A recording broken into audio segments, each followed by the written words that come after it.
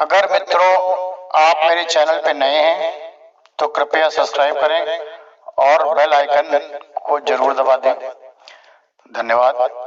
तो चलिए मित्रों वीडियो को शुरू करते हैं। आज मैं आपको गरुड़ पुराण का दूसरा अध्याय सुनाऊंगा। पहला अध्याय मैं आपको सुना चुका हूँ और इसका शीर्षक जो है वो है यम मार्ग की यातनाओं का वर्णन। वैतरणी नदी का स्वरूप, यम मार्ग के 16 पुरों में क्रमशः गमन तथा वहां पुत्रादिकों द्वारा दिए गए पिंडदान को ग्रहण करने का वर्णन। गरुड़ जी ने पूछा, हे केशव, यमलोक का मार्ग किस तरह दुखदायी होता है? पापी लोग वहां किस प्रकार पहुंचते हैं, वह मुझे बताइए। भगवान केशव कहते हैं, यानी कि भगवान विष्णु कहते हैं, हे गरुड़, प्राणी के लिए यमलोक का मार्ग बड़ा दुख देने वाला है। मैं तुम्हें इसके विषय में बताता हूँ। तुम मेरे भक्त हो, फिर भी उसका वर्णन सुनकर तुम्हारा हृदय कंपायमान हो जाएगा। रास्ते में विश्राम करने के लिए वहां वृक्ष की छाया तक नहीं है तथा प्राणों की रक्षा करने के लिए अन्नादि प्राप्त नहीं होता। अत्यंत प्यास लगने पर प्राणी को जलपान भी मार्ग में प्राप्त नहीं होता और प्रलय काल की भांति 12 सूर्य तपते रहते हैं। उस मार्ग से शीतल हवा से पीड़ित होते हुए पापी मनुष्य को जाना पड़ता है। कांटे तथा विषधर सर्पों से वह मार्ग आवेष्टित रहता है। कहीं कहीं पापी मनुष्यों को बड़े भयानक व्याध, शेर और कुत्ते भक्षण करते हैं। कहीं पर बिच्छू काटते हैं तो कहीं अग्नि जलाती है। ये मैंने आपको पिछले वीडियो में बताया था कि मरने के बाद आत्मा को वो लोग एक भौम शरीर टाइप का शरीर प्रदान करते हैं, जिससे कि उसको यम की यातनाएं यम लोग की यातनाएं दी जा सके। इसीलिए बिच्छू काटते हैं तो दर्द होता है, कुत्ते काटते हैं तो दर्द होता है। तो आप लोग कहेंगे आत्मा को तो कुछ होता नहीं, तो फिर कैसे दर्द होता है, कैसे? इसलिए मैंने सोचा आपको बताता चलो। कहीं पर भयानक असिपत्र का वन है, वह 17 योजन लंबा चौड़ा है। वह वन कौओं, उल्लुओं, वटों, गिद्धों, सरदों तथा मच्छरों से भरा हुआ है। उसमें चारों ओर दवाग्नि व्याप्त है। असिपत्र के पत्तों से वह जीव उस वन में छिन्न भिन्न हो जाता है। कहीं पर वह अंधे कुएं में गिर पड़ता है, कहीं विकट पर्वत से गिरता है, कहीं तलवार की धार पर चलता है तो कहीं कीलों के ऊपर चलता है। कहीं पर घने अंधकार में गिर पड़ता है, कहीं भय उत्पन्न करने वाले पानी में गिरता है, कहीं जोंकों से भरी हुई कीचड़ में गिरता है तो कहीं संतृप्त कर्दम नामक नरक में गिर पड़ता है। कहीं बालुका से भरे हुए नरक में गिर पड़ता है तो कहीं अग्नि में तप्त ताम्र में नरक में गिर पड़ता है। कहीं अग्नि के अंगार समूह में गिर पड़ता है तो कहीं महान धूम से व्याप्त नरक में गिर पड़ता है। फिर यम मार्ग में जाते हुए अंगारों की वृष्टि होने लगती है। कहीं लोह युक्त वज्र सहित स्थूल पर्वत की वर्षा होती है तो कहीं रुधिर की वृष्टि, कहीं गर्म जल, कहीं वर्षा और कहीं शस्त्रों की वृष्टि होती है। कभी भस्म सहित कर्दम की वर्षा होती है तो कहीं वह गर्ता खंडों में प्रवेश करता है। कभी कभी ऊंचे स्थान पर चढ़ता है तो कभी पर्वतों की कंदराओं में प्रवेश करता है। उस मार्ग में कहीं अत्यंत गहरा अंधकार है, कहीं दुख से चढ़ा जाए ऐसे बड़े पर्वत हैं। कहीं मवाद, रुधिर और विष्ठा से भरे तालाब है। रास्ते के मध्य में बहने वाली ऐसी भयंकर बैतरणी नदी है जिसकी कथा सुनने से डर उत्पन्न हो जाता है, तब देखने में कष्टकारक हो। इसमें क्या आश्चर्य है। बैतरणी नदी का विस्तार 100 योजन है। यह मवाद रुधिर से बहने वाली है। हड्डी से व्याप्त तट है। मांस और शोणित कर्दम से युक्त है। अथाह गहरी और पापियों के द्वारा दुख पूर्वक पार की जाने वाली वह नदी केश रूपी सिवार से भरी होने के कारण दुर्गम है। वह नदी विशालकाय घड़ियालों से भरी हुई है और सैकड़ों प्रकार के घोर पक्षियों से आवृत है। हे गरुड़, पापियों को आया देखकर वह नदी ज्वाला और धूम से भरकर कड़ाह में रखे घृत की बात खौलने लगती है। वह नदी सुई के समान मुख वाले भयानक कीड़ों से चारों ओर से व्याप्त है। वज्र के समान कठोर चोंच वाले बड़े बड़े गिद्ध एवं कौओं से घिरी हुई है। वह नदी शिशुमार, मगरमच्छ, जोंक, मछली, कछुए तथा अन्य मांस भक्षी जलचर जीवों से भरी पड़ी है। उसके प्रवाह में गिरे हुए बहुत से पापी रोते चिल्लाते हैं और हे भाई, हे पुत्र, हे तात, इस प्रकार उच्चारण करते हुए बार बार विलाप करते हैं। भूख और प्यास से व्याकुल होकर पापी मनुष्य रक्त का पान करते हैं। वह नदी झागपूर्ण रक्त के प्रवाह से व्याप्त, महाघोर, अत्यंत गर्जना करने वाली, देखने में दुख पैदा करने वाली और तथा डरावनी है। उसको देखने मात्र से पापी मनुष्य चेतना शून्य हो जाता है। बहुत से बिच्छू एवं कृष्ण सर्पों से व्याप्त उसमें पड़े हुए पापी, कृष्ण सर्पों मतलब है काले सर्पों से व्याप्त उसमें पड़े हुए पापी, कृष्ण माने काला होता है, हुए पापी व्यक्तियों की रक्षा करने वाला वहाँ कोई भी नहीं है। नदी के अनंत आवर्तों से पापी सर्प पाताल को जाते हैं, क्षण मात्र पाताल में रहते हैं, फिर क्षण मात्र में नदी के ऊपर आ जाते हैं। हे गरुड़, वह नदी ऐसे ही पापी व्यक्तियों के गिरने के लिए बनाई गई है। उस नदी के पार का पता नहीं चलता और किसी से पार न की जा सके, ऐसी ही दुखदायक बैतरणी नदी का वर्णन किया है।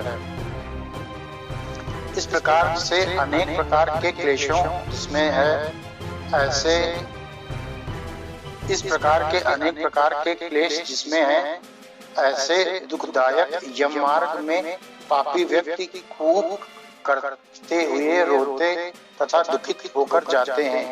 कोई पापी व्यक्ति पाश से बंधे हुए, कोई अंकुश से खींचे हुए, कोई शस्त्र के अग्रभाग द्वारा पीछे से हाँकने मात्र से इस प्रकार सब चलते हैं। किसी की नाक के अग्रभाग में पाश बांधकर, किसी के कान में पाश बांधकर और किसी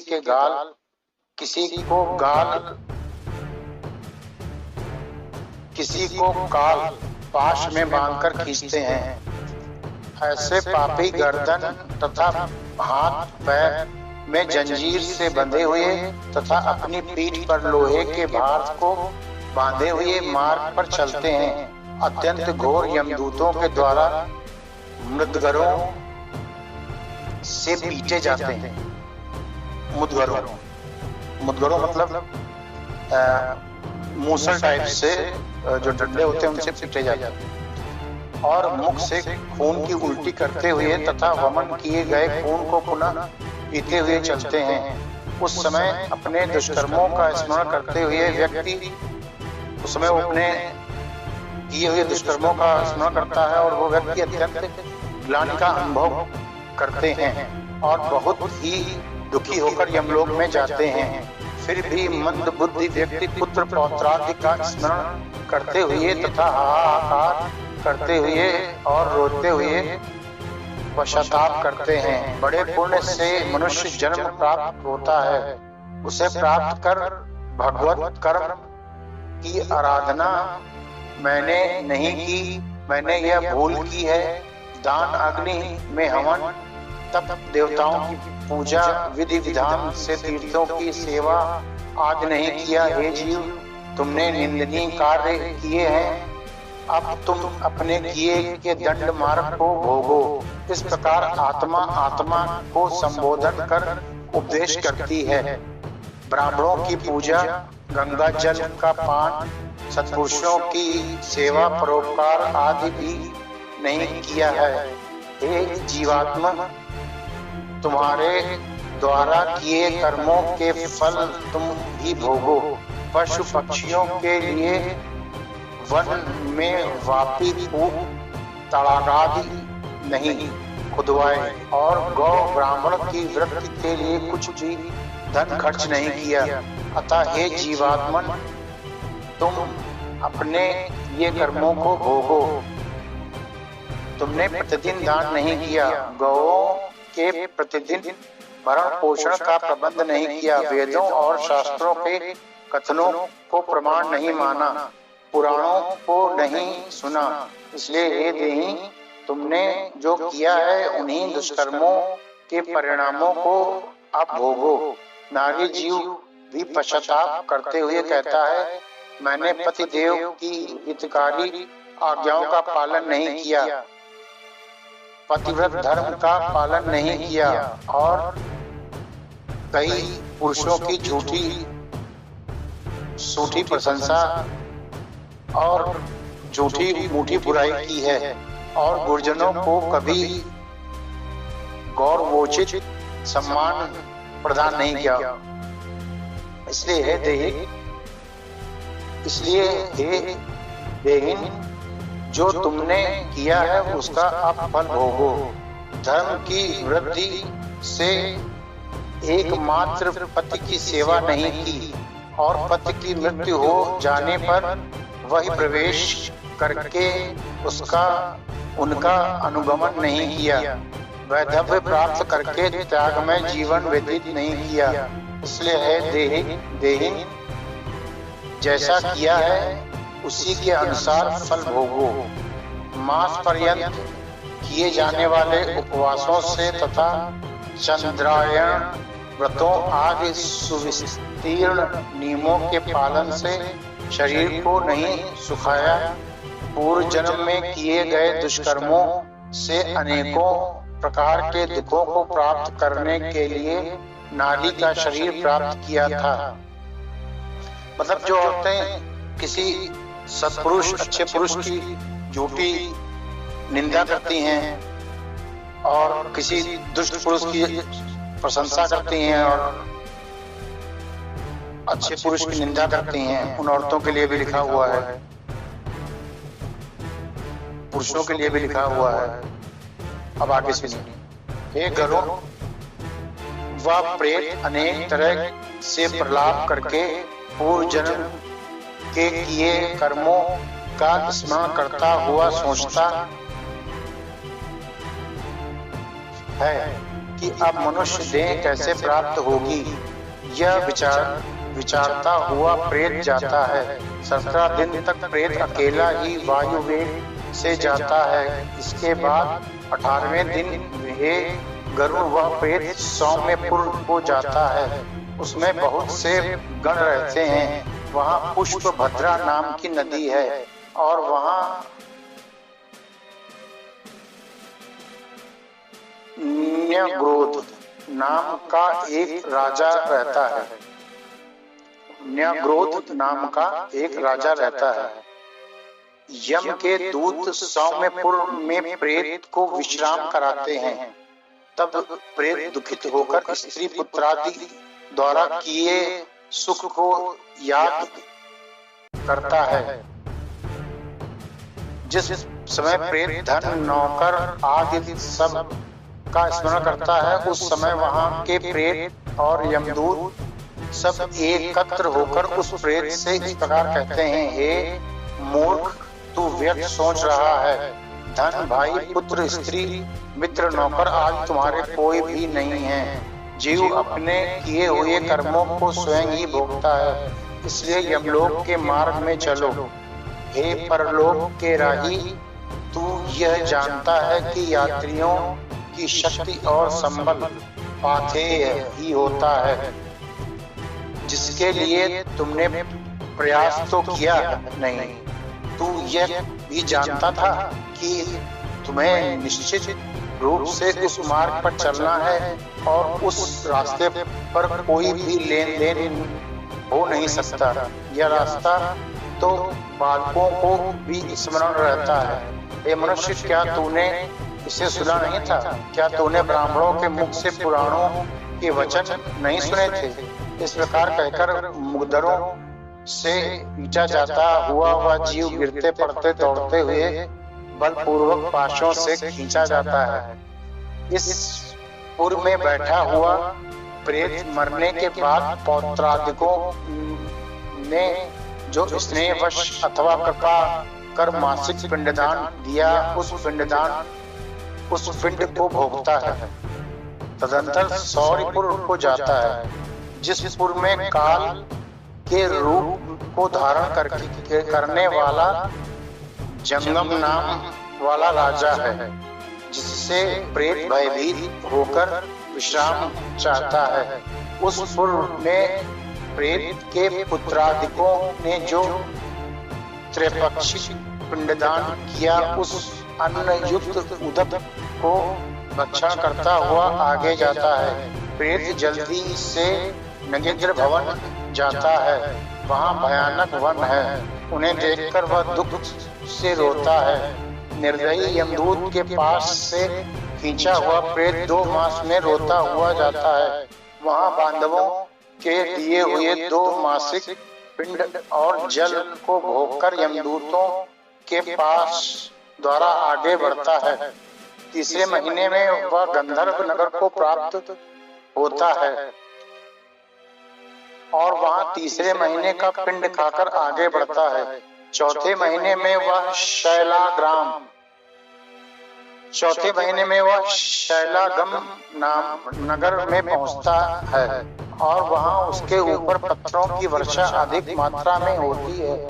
वहां पर चौथे महीने के पिंड को खाकर वह कुछ सुख अनुभव करता है।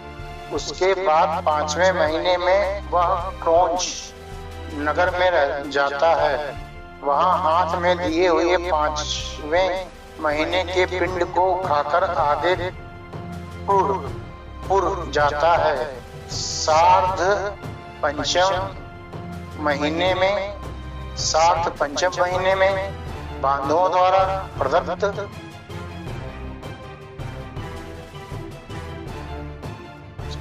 59 मासिक पिंड और घट दान से तृप्त होकर वह वहां आगे मुहूर्त तक आराम करके यमदूतों के द्वारा धमकाए जाने पर दुखों से कांपता हुआ इस पुर को छोड़कर चित्र भवन नामक पुर को प्रस्थान करता है।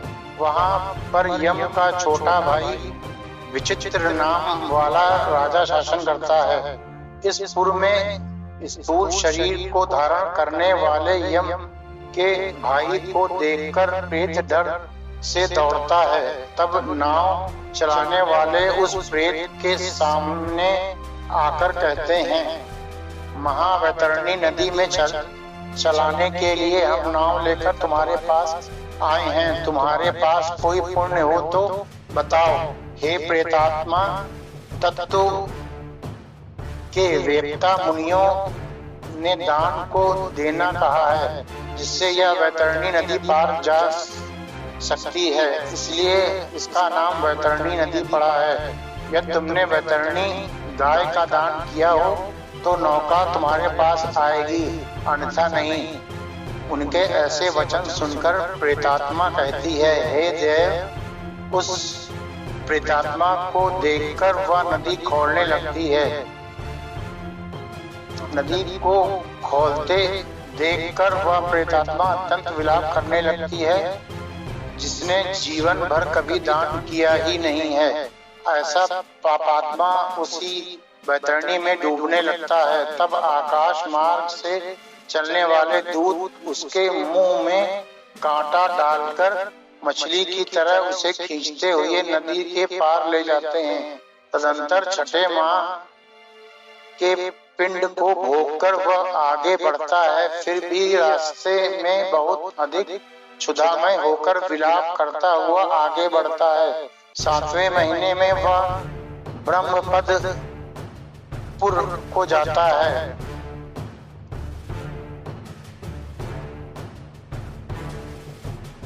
ब्रह्मपदपुर को जाता है। वहां पर वह पुत्रादिकों द्वारा किए गए पिंडदान को भोगता है। उसके बाद वह दुखद नाम पुर को जाता है। उस रास्ते में अविलंब रहित पक्षी की भांति चलता हुआ वह प्रेतात्मा महान कष्ट को भोगता है। वहां 8वें महीने के पिंड को खाता है और आगे बढ़ता है। 9वें महीने में नाना कुंद नाम पुर को जाता है। इस पुर में तरह तरह के जीव बहुत ही दारुण भयानक शब्द उत्पन्न करते रहते हैं। इनको देखकर वह शून्य हृदय से स्वयं ही दुखी होकर रोता रहता है। यमदूतों की गर्जना से वहां भी प्रेतात्मा उस पुर को छोड़कर दुख से 10वें महीने में सुतुप्त भवन को जाती हैं। वह वहां पर पुत्रादि से पिंडदान और जलांजलि प्राप्त करके भी सुखी नहीं होता है। 11वां महीना पूरा होने पर वह रौद्रपुर को जाता है। पुत्रादि के द्वारा दिए गए मासिक पिंड को वह वहां खाता है। 11.5 महीने व्यतीत होने पर वह जीवात्मा पयोवर्षण नामक नगर में जाता है। वहां पर जीवात्माओं को दुख देने वाले मेघ घनघोर वर्षा करते हैं। वहां पर दुखी वह जीव श्राद्ध में दिए गए पिंड को खाता है। श्राद्ध में जो पिंड दिया जाता है उसको खाता है। इसके बाद वर्ष पूरा होने पर जीव शीताड्य नामक नगर को जाता है। वहां पर बर्फ से भी 100 गुनी अधिक ठंड पड़ती है।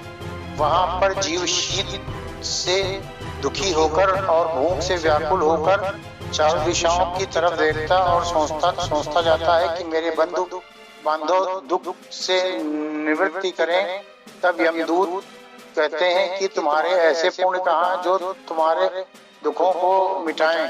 उस पुर में 12 मास के पिंड को खाकर वह जीव कुछ धैर्य प्राप्त करता है। तदंतर 1 वर्ष बीत जाने पर यमलोक के पास बहुभीत नामक पुर में जाकर पिंड से उत्पन्न हुई हस्त प्रमाण देह का त्याग करता है। अंगुष्ठ मात्र वायु रूप जीवात्मा कर्मों को भोगने के लिए हे गरुड़ यातना भोगने के योग्य शरीर को धारण कर यमदूतों के साथ यमलोक को जाता है। हे गरुड़ परलोक के निमित्त जिसने दान नहीं किया वह कष्ट से तथा दृढ़ बंधन से बंधा हुआ यमलोक पहुंचता है। हे गरुड़ धर्मराजपुर में 4 द्वार हैं, जिसमें से दक्षिण द्वार के मार्ग का तुमसे वर्णन कर दिया। इस महान भयंकर रास्ते में भूख प्यास और श्रम से दुखी जीव जिस प्रकार जाते हैं वह सब मैंने तुम्हें बतला दिया है। अब तुम और क्या सुनना चाहते हो? इस प्रकार गरुड़ पुराण के अंतर्गत सारोद्धार में यम मार्ग निरूपण नामक दूसरा अध्याय समाप्त होता है। और मैं इसी के साथ आप सबके अंदर बैठे हुए परमपिता परमात्मा को प्रणाम करता हूँ और आपको मैं कल तीसरा अध्याय सुनाऊंगा। तब तक के लिए मैं आप लोगों से आज्ञा चाहता हूँ। धन्यवाद।